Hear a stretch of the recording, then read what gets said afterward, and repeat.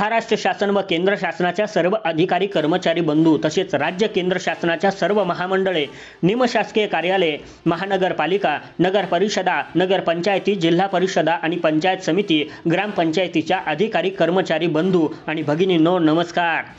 आम्ही जाणतो आहोत की आपल्यापैकी अनेक जण कुप्रशासनाचे बळी आहात। पदोन्नतीमध्ये अन्याय होणे, आपण सेवानिवृत्त होईपर्यंत प्रशासनाने झोपा काढणे व नंतर पेन्शनमध्ये अडथळा आणण्यासाठी ऐनवेळी जुने मडे उकरून विभागीय चौकशी सुरू करणे, सेवानिवृत्त झाल्यावरही 4 वर्षापेक्षा जास्त विषयावर विभागीय चौकशी सुरू करणे वर्षानुवर्ष चालूच आहे। निष्कारण निलंबन करणे, वर्षानुवर्ष निलंबन कायम ठेवणे, निर्वाह भत्ता देखील वेळेवर न देणे, 3 महिन्यानंतर 75% निर्वाह भत्ता देणे, निलंबन काळात कार्यालयात मस्टर व स्वाक्षरी करण्याच्या बेकायदेशीर आग्रह धरणे इत्यादी प्रकार चालूच आहेत। तुम्हाला तुमची दुय्यम सेवा पुस्तिका तयार करून अद्यावत दिल्या जातात का? तुम्हाला तुमच्या GPFच्या स्लिप दरमहा नियमित दिल्या जातात का? तुमचे GPF पासबुक व्याजासह अद्यावत ठेवले जाते का? तुम्हाला दर महिन्याला नियमितपणे वेतन स्लिप मिळते का? खऱ्या गुन्हेगारांऐवजी तुम्हालाच बळीचा बकरा केले जाते का? महिला अधिकारी आणि कर्मचाऱ्यांना वाईट हेतून त्रास दिला जातो का? कामाच्या ठिकाणी लैंगिक छळ वरिष्ठ तसेच सहकारी यांच्याकडून केला जातो का?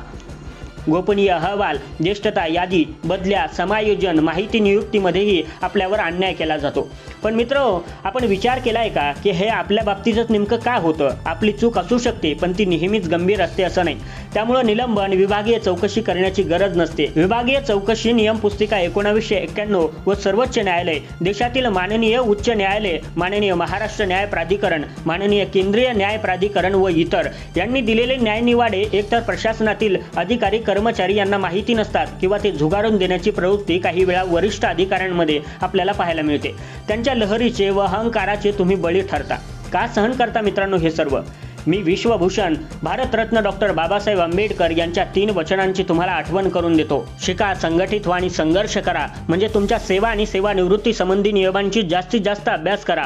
अन्याय करणारापेक्षा अन्याय सहन करणारा जास्त गुन्हेगार आहे, म्हणजे तुम्हाला लहरी आणि अहंकारी विशिष्ट हेतून त्रास देणाऱ्या व विविध प्रकारे अन्याय करणाऱ्या तुमच्या वरिष्ठापेक्षा तुम्ही जास्त जबाबदार आहात।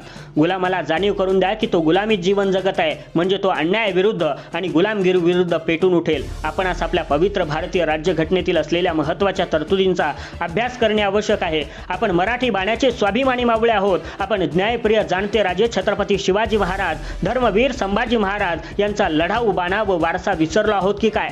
महात्मा ज्योतिबा फुले, सावित्रीबाई फुले, छत्रपती शाहू महाराज कोल्हापूरकर यांचा लढा आणि वारसा आपण विसरलो आहोत का काय? राजमाता जिजाऊ, पुण्यश्लोक अहिल्यादेवी यांनी प्रतिकूल परिस्थितीत दाखवलेला लढाऊपणा आपण विसरलो आहोत की काय? थोरले बाजीराव पेशवे यांचा लढाऊपणा आणि संघर्ष आपल्या ध्यानात आहे की नाही?